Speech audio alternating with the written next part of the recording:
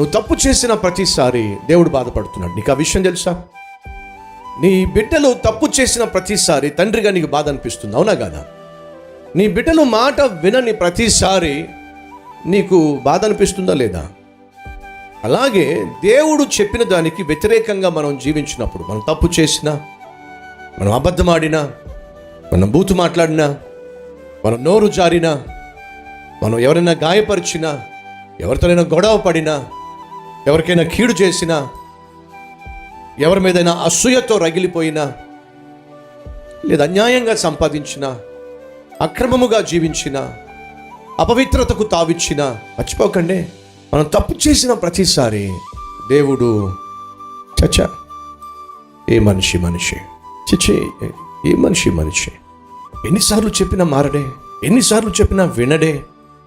అలా దేవుడు చూసిన ప్రతిసారి నువ్వు తప్పు చేస్తూ పాపం చేస్తూ కనిపించావనుకో, దేవుడు ఏం చేస్తాడో తెలుసా? ఇంకా లాభం లేదని చెప్పి ఒక డేట్ ఫిక్స్ చేసేస్తాడు. దేనికి?